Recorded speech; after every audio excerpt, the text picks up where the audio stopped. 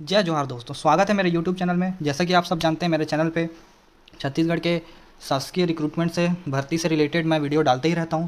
तो आप लोगों को अगर पता नहीं चल पाता है कि कहाँ कब कब भर्तियां निकाली जा रही हैं, तो मेरे चैनल को सब्सक्राइब कर लीजिए और बेल आइकन को ज़रूर से दबा दीजिएगा, ताकि आपको इधर उधर भटकना ना पड़े। सारी आपको जो जानकारी है भर्ती से रिलेटेड, वो आपको इसी जगह पे मिल जाए। ठीक है, तो चलिए आज का जो वीडियो है, आज का जो टॉपिक होने वाला है वीडियो का, वो होने वाला है जो चयन प्रक्रिया जो होने वाली है।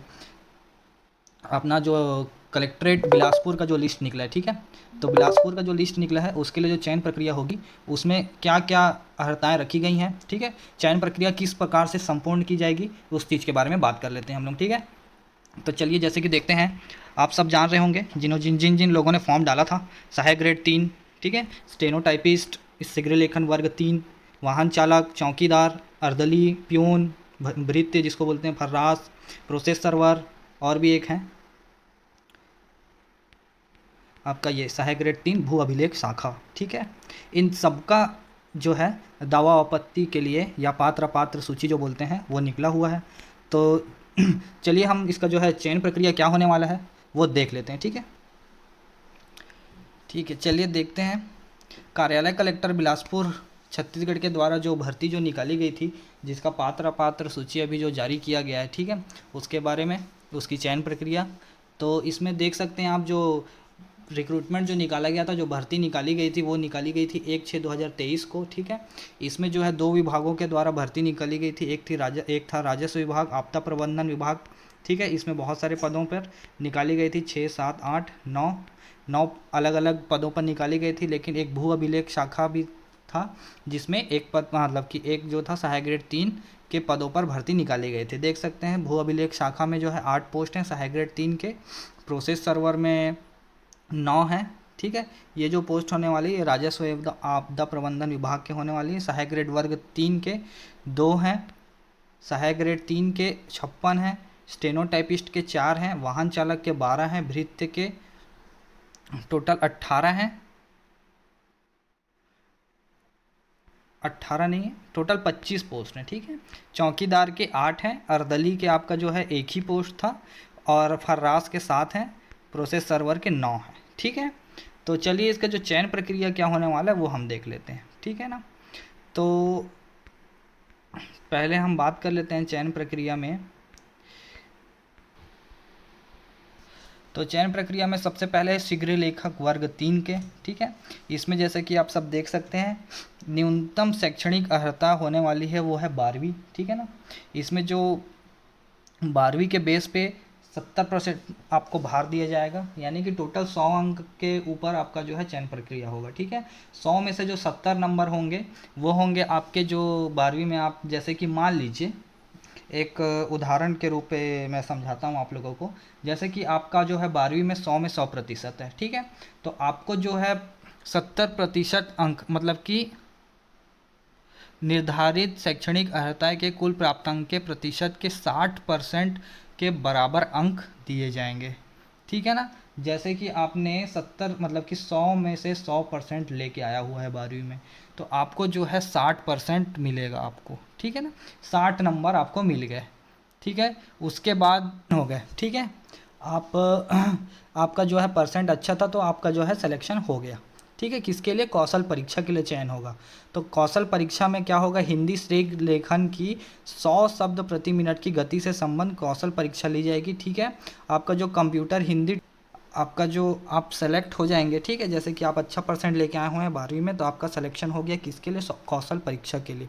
तो कौशल परीक्षा के लिए आपका चयन हो गया। तो फिर कौशल परीक्षा में क्या होगा? हिंदी शीघ्र लेखन के 100 शब्द प्रति मिनट गति के संबंध में कौशल परीक्षा ली जाएगी। ठीक है, उसके अलावा साथ में कंप्यूटर हिंदी टाइपिंग का जो है 10,000 की डिप्रेशन प्रति घंटा की स्पीड से आपका स्पीड होना चाहिए, उसके संबंध में कौशल परीक्षा ली जाएगी। और कुछ कौशल परीक्षा का जो अंक होने वाला है वो होने वाला है 30 अंक। ठीक है, 70 मार्क्स आपका जो है आपके परसेंट पे मिल जाएगा, आपके 12th के परसेंट पे, और बाकी का जो 30% अंक रहेगा तो वो आपको मिलेगा कौशल परीक्षा से। ठीक है, तो फिर उस हिसाब से, जैसा कि आपको इसमें लिखा हुआ है, आपका जो टाइपिंग टेस्ट होगा ना, उसमें आपको कम से कम 15 नंबर यानी कि 50% जो है आपको लेके आना ही पड़ेगा, तब जाके आप जो है पात्र होंगे या आपका जो है सेलेक्ट किया जाएगा। अगर आप 50% से कम लेके आते हैं इसमें नंबर, तो फिर आपको जो है सीधा सीधा नहीं, मतलब कि सेलेक्ट नहीं किया जाएगा, आपको अपात्र में डाल दिया जाएगा। ठीक है, फिर अब बात कर लेते हैं सहायक वर्ग 3 की बात कर लेते हैं। तो इसमें जो है चयन प्रक्रिया सेम होने वाली है। ठीक है, अपना जो है इसके जैसा, ये शीघ्र लेखक वर्ग 3 के जैसा, बस इसमें जो है वो आपको हिंदी शीघ्र लेखन वाला एग्ज़ाम नहीं होगा। इसमें जो वर्ग सहायक वर्ग 3 का जो इसमें जो कौशल परीक्षा होंगी, इसमें आपका सिर्फ और सिर्फ टाइपिंग टेस्ट होगा, जिसका स्पीड होगा आपका, ठीक है, आपको जो न्यूनतम स्पीड बोला गया होगा उसके आधार पर। ठीक है, और उसके बाद आपका जो होगा, इसमें जैसे कि देख सकते हैं 5000 की डिप्रेशन प्रति घंटा के संबंध में कौशल परीक्षा ली जाएगी।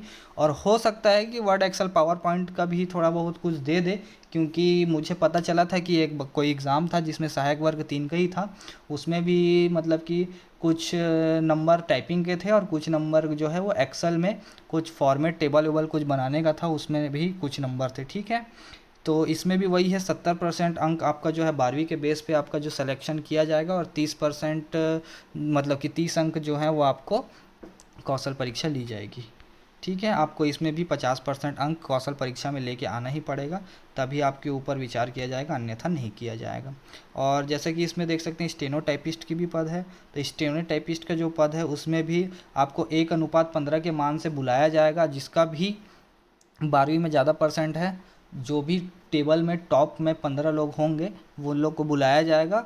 और उसमें से जो है आपका जो 12वीं का जो है 70% के बाहर से, वही सेम है इसमें भी, और इसमें भी वही डेटा एंट्री की गति 5000 की डिप्रेशन प्रति घंटा के रूप से कौशल परीक्षा ली जाएगी। और इसमें भी हिंदी शीघ्र लेखन 60 शब्द इसमें, ठीक है, थोड़ा सा इस 60 शब्द बोला गया है, उसमें जो है शीघ्र लेखन वर्ग 3 में जो है 100 शब्द बोल दिया गया था। ठीक है, बस इतना ही फर्क रहेगा। और वाहन चालक का जैसे कि आप सब देख सकते हैं, जो न्यूनतम शैक्षणिक योग्यता जो रहेगी आपकी जो है शायद तक 8वीं मांगी गई थी, तो उसमें क्या है 70% आपका जो है भार दिया जाएगा। उसके बाद आपका जो है कौशल परीक्षा होगा, इसमें लिखा हुआ है वाहन चलवा कर परीक्षा ली जाएगी। ठीक है, लेकिन कई बार क्या होता है कि ना आपको जो है न्यूनतम जो है गाड़ी का ज्ञान भी मांगा जाता है, कि मान लीजिए छोटा मोटा जो गड़बड़ी है गाड़ी में, उस रिलेटेड भी आप तैयारी करके जाइएगा ज़रूर से, क्योंकि उससे रिलेटेड भी क्वेश्चन पूछ लिए जाते हैं कि आप टायर, जैसे कि पंचर वंचर हो गया तो आपको टायर बदलना आना चाहिए। ठीक है, और छोटे मोटे जो है इंजन से काम, इंजन के रिलेटेड काम आने चाहिए आपको। ठीक है, तो ये आप ध्यान रख लीजिएगा। क्या क्या है, एक वाहन चालक है मेरे पहचान में, उनसे मैंने पता किया था, तो वो बता रहे थे कि उनसे जो है गाड़ी के संबंध में भी कुछ कुछ क्वेश्चन पूछे गए थे। ठीक है, और इसमें भी आपको कौशल परीक्षा में कम से कम 50% अंक लेके आने ही पड़ेंगे। ठीक है, भृत्य, चौकीदार, अर्दली, फर्रास और प्रोसेस सर्वर की बात कर लें तो इसमें कुछ भी होने नहीं वाला है। आपका जो है जितना परसेंट आपको मिला है 5वीं में, 5वीं के बेस पे आपका जो है मेरिट लिस्ट बनेगा। ठीक है, मेरिट लिस्ट के बेसिस पे ही आपका जो है चयन लिया जाएगा। ठीक है, चयन किया जाएगा। इसमें क्या लिखा हुआ है, उपरोक्त विज्ञापित समस्त पदों की वर्गवार कुल संख्या की दोगुनी संख्या में मेरिट सूची की जारी की जाएगी। अंतिम चयन पश्चात मेरिट सूची के शेष अभ्यर्थियों को प्रतीक्षा सूची में रखा जाएगा, जो अंतिम चयन हेतु 1 वर्ष के लिए वैध होगी। ठीक है, तो आपका जो है दोगुना स्टूडेंट लोगों को बुलाया जाएगा, और जो टॉप के होंगे उन लोग को सेलेक्ट किया जाएगा, और जो बाकी बचेंगे उनको जो है वेटिंग लिस्ट में डाल दिया जाएगा। ठीक है, और इसमें समान अंक प्राप्त, जैसे कि आप सभी को पता है समान अंक अगर आपने किसी के साथ, मतलब कि किसी आपका जैसे कि मान लीजिए 5वीं में 98 है और किसी का दूसरे का भी 98 है, तो उसमें से जो भी एज में बड़ा होगा, जैसे कि अगर आप एज में बड़े होंगे तो आपको सेलेक्ट किया जाएगा, और अगर आपके मतलब कि जो समान अंक वाला है वो अगर आपसे एज में बड़ा होगा तो उसको सेलेक्ट कर लिया जाएगा। ठीक है, इसके लिए जो है जो पूर्ण अधिकार होगा वो कलेक्टर जिला बिलासपुर का रहेगा। ठीक है, इसमें आप कोई दखलंदाजी नहीं कर सकते, इसमें ऐसा लिखा हुआ है। ठीक है ना, बस इतना ही था इसमें। और अगर आपको कोई भी डाउट हो तो आप मुझसे पूछ सकते हैं कमेंट में, और किसी जॉब से रिलेटेड नहीं हो या किसी भी जॉब से रिलेटेड हो, छत्तीसगढ़ के किसी भी जॉब से रिलेटेड हो, आप मुझे कमेंट करिएगा, मैं आपको जो है आपका जो है सॉल्यूशन करने का जो है पूरी कोशिश करूँगा। धन्यवाद।